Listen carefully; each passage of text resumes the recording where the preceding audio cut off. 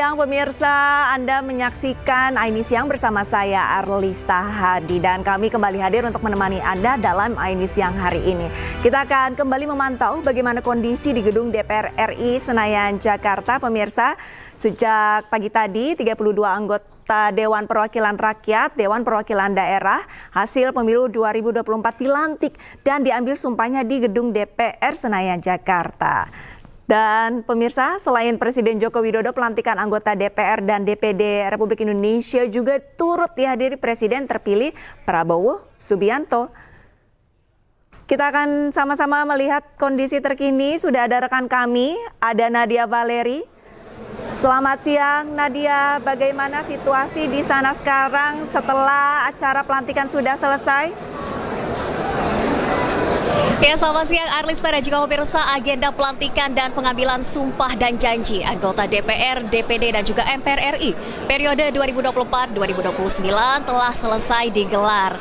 Menariknya Arlista, hari ini di agenda pelantikan ada satu sosok yang menarik perhatian di seluruh gedung Nusantara Kompleks Parlemen Senayan Jakarta karena sosok anggota dewan ini tidak mengenakan baju adat ataupun baju nasional seperti yang dikenakan anggota dewan lainnya, tapi mengenakan kostum karakter animasi Ultraman. Langsung saya sapa anggota DPR dari Dapil Jawa Tengah 2, Pak Jamaluddin Malik. Selamat siang, Pak Malik, apa kabar? Selamat siang, iNews TV. Kabar saya luar biasa. Baik, Pak Malik, ini nampaknya sudah berganti ya, sudah jadi manusia biasa, tapi masih ada, betul, karena masih ada stuntman-nya ya? Di dalamnya nggak boleh tadi. Di dalam nggak boleh pakai demi Ultraman. menghormati jalannya sidang paripurna ya. Betul Pak Malik, sekali. inspirasinya apa mengenakan kostum Ultraman berbeda dengan anggota dewan yang lain ini? Ya, jadi saya sadar diri, saya bukan politikus. Saya baru masuk di Partai Golkar itu 13 Mei 2023. Satu tahun lalu ya? Sebelumnya bukan orang politik dan saya juga menyadari bahwa secara finansial saya sangat kurang.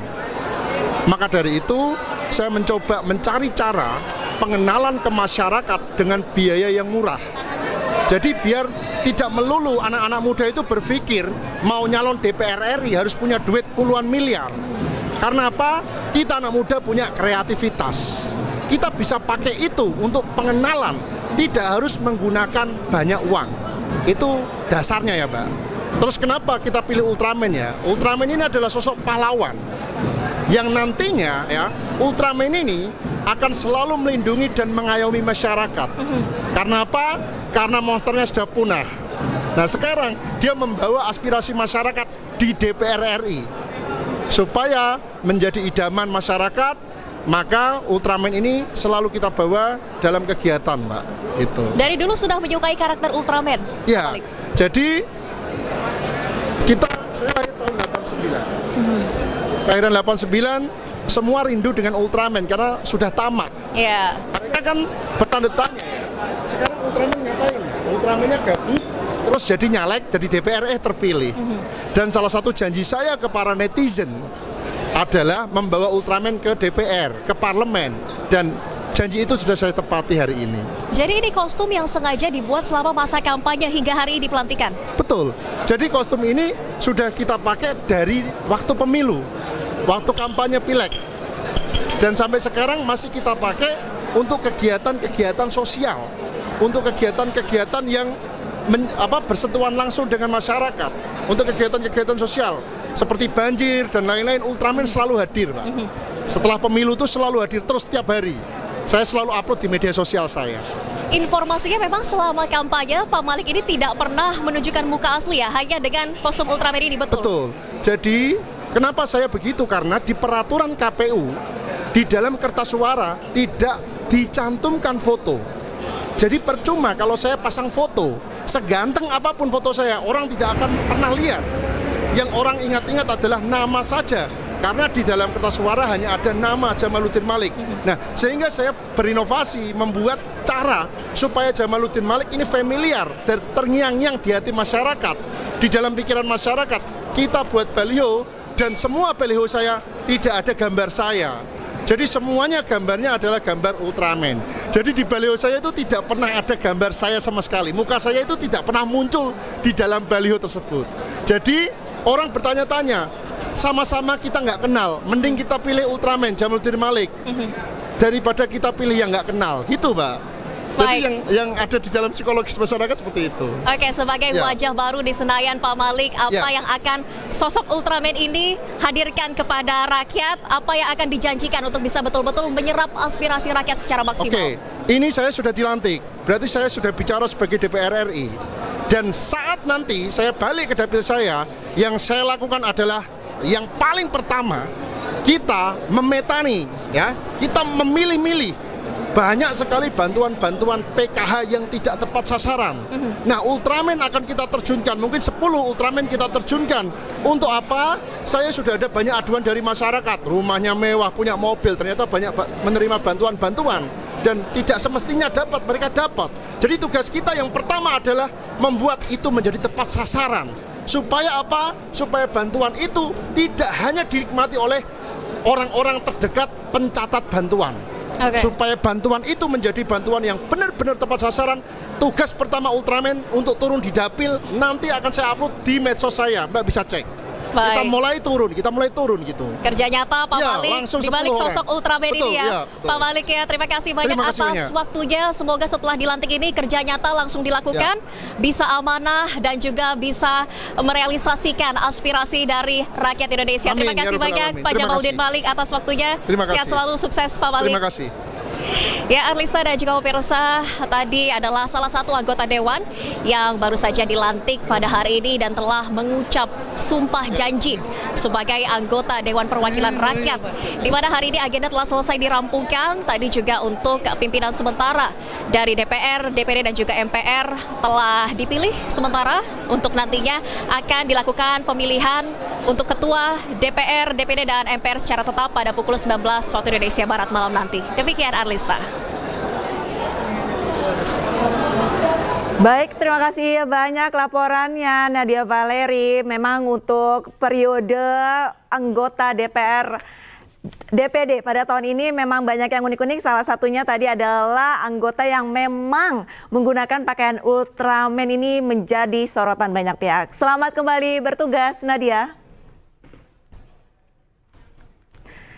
Ya pemirsa, kita ke informasi selanjutnya. Ini pagi tadi 732 anggota Dewan Perwakilan Rakyat, Dewan Perwakilan Daerah hasil pemilu 2024 dilantik dan diambil sumpahnya di gedung DPR Senayan, Jakarta. Selain Presiden Joko Widodo, pelantikan anggota DPR dan DPD ini juga turut dihadiri Presiden terpilih Prabowo Subianto. Pengambilan sumpah janji anggota DPR RI periode 2024-2029 dibimbing Ketua Mahkamah Agung Syarifuddin dan berlangsung dengan khidmat di Gedung Nusantara DPR Senayan, Jakarta Selasa pagi. Pada periode ini anggota DPR berjumlah 580 dan anggota DPD berjumlah 152. Rapat paripurna perdana dipimpin Ketua sementara yang juga anggota DPR tertua Guntur Sasono bersama anggota DPR termuda Anissa Mahesa. Dari 732 anggota DPR dan DPD yang dilantik, 21 diantaranya dikenal sebagai selebritis dan musisi tanah air yang cukup dikenal masyarakat. Usai pelantikan, anggota DPR akan langsung menggelar sejumlah rapat pada hari ini, yaitu membahas pembentukan fraksi dan syarat-syarat pemilihan pimpinan DPR RI. Akan bekerja dengan sungguh-sungguh demi tegaknya kehidupan demokrasi.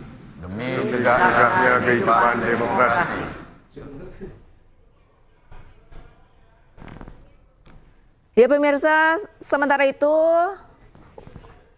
kita akan kembali bersama rekan kami Nadia Valeri di gedung DPR MPR RI. Selamat siang, Nadia.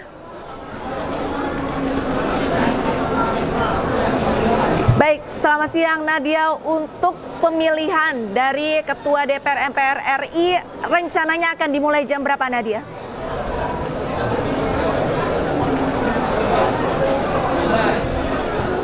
Oke. Baik. ada sejumlah wajah baru. Salah satunya putri dari Menteri Perdagangan Republik Indonesia, Zulkifli Hasan. Putri Zulkifli Hasan, saya sapa. Selamat siang, Mbak Putri, apa kabar? Selamat siang, Valeria, apa kabar? Baik, Mbak Putri. Setelah pelantikan ini, Mbak Putri, apa kerja nyata yang akan langsung dilakukan oleh Mbak Putri sebagai anggota Dewan? Ya, alhamdulillah hari ini kegiatan pelantikan berjalan dengan lancar, dengan hikmat ya. Tapi juga tentu ini merupakan amanah gitu ya. Pertanggungjawabannya juga kepada masyarakat tentunya sudah memilih saya, khususnya di Dapil Lampung 1.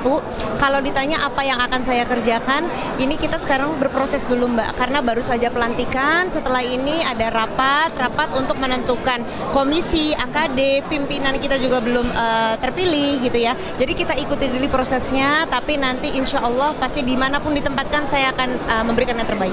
Baik, sudah ada mungkin dari fraksi akan menempatkan Mbak Putri di mana, atau ada keinginan sendiri lebih ingin ditaruh di membawahi bidang apa? Kalau background saya tuh sebelum terjun ke politik tuh memang bidangnya pendidikan, lalu juga anak, perempuan, kesehatan gitu ya. Itu yang memang sudah saya geluti 10-11 tahun belakangan gitu. Jadi rasanya komisi 8, komisi 10 gitu ya. Karena saya lihat banyak sekali yang harus kita perjuangkan untuk perempuan dan anak di Indonesia. Apalagi kita menjelang nanti ada Indonesia 2045 ya kan.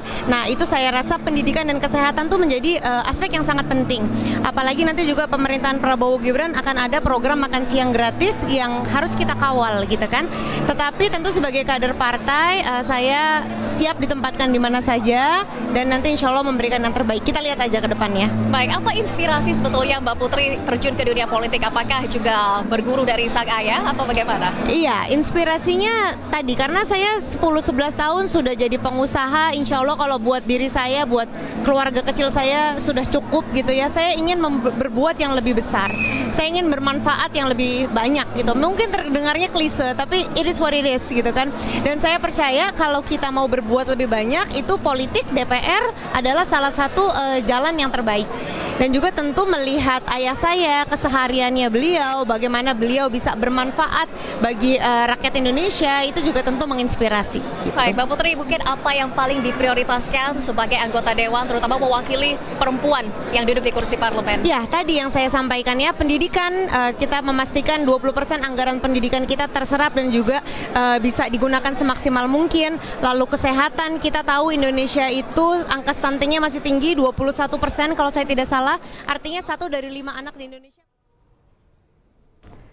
Baik, pemirsa, kita ke informasi selanjutnya di mana Kementerian Koperasi dan UKM menggelar pusat pameran industri lokal dengan orientasi pasar global bernama Cerita Nusantara 2024. Pemerintah mewadahi karya pelaku kreatif Indonesia menuju pasar global.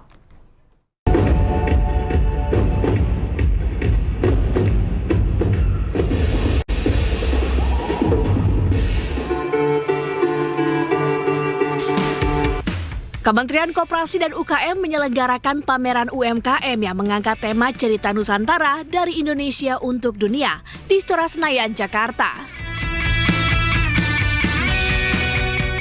Menteri Koperasi dan UKM Teten Mas Duki mengatakan pemerintah mewadahi karya pelaku kreatif Indonesia berupa wastra, kria hingga kuliner untuk menjembatani kekayaan lokal menuju pasar dunia. 2, 1.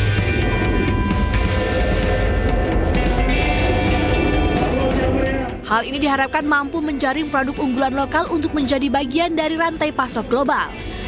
Langkah ini sekaligus mewujudkan Indonesia menjadi negara maju pada 2045 dengan target rasio kewirausahaan sebesar 8%. Indonesia dikenal sebagai negara multikultural dan terbesar di dunia, dengan sosiokultural dan geografis yang sangat beragam. Wastra, kria, hingga kuliner, kita bukan sekedar produk, tapi merupakan cerminan identitas bangsa. Sayangnya, potensi besar ini belum sepenuhnya terekspos secara global. Oleh karena itu, Cerita Nusantara 2024 hadir untuk menjembatani kekayaan lokal ini dengan pasar dunia. Ini bukan kerja sehari, tapi ini kerja kita bertahun-tahun. Jadi tahun 2021 itu kita sudah mulai dengan cerita Wastra, kemudian tahun 2022 kita mulai dengan cerita Kriya, tahun 2023 itu cerita Nusantara 1. Sebetulnya kalau cerita Wastra dan cerita Kriya itu kita mendampingi para pengrajin. Dan sampai cerita Nusantara 1 itu kita mendampingi mereka, memberikan mentoring dan sebagainya, bagaimana membuat wastra dan kriya yang baik supaya mereka bisa naik ke pasar global. Teten Mas Duki juga menegaskan dalam mendorong kewirausahaan, pihaknya merancang strategi dan melibatkan ekosistem yang kuat dan berkelanjutan sehingga menghasilkan wirausahawan yang tangguh, inovatif, dan siap bersaing di era digital dan global. Dari Jakarta, Ade Firmansyah, iNews melaporkan. Pemirsa, informasi ini sekaligus menutup iNews Siang, dan cuplikan tayangan berita iNews bisa Anda saksikan di kanal YouTube @official iNews. Saya Arlisa Hadi pamit undur diri, selamat beraktivitas, sampai jumpa.